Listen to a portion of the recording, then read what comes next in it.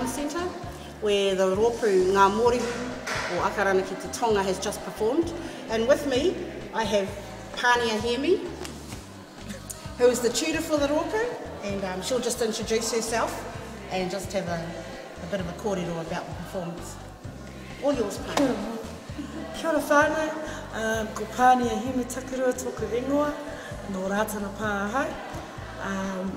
Ki te taha o tōku māma, ko hāmui ahau, rawa ko te raore o kapa, o ku tupuna, ki te taha o tōku pāpā, ko harata, rawa ko Jim Hemi o ku kaumātua.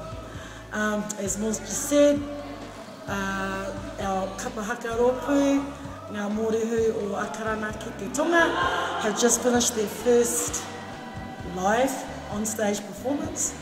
We were blessed to be able to open a graduates art fashion show where graduates from the fashion and design school are showcasing all their designs, and our rōpū were asked to open it. So our little rōpū have just had their first 10 minutes of fame on the stage, and we had in attendance a lot of cameras, te kaya and Māori TV, so who knows, you may see them.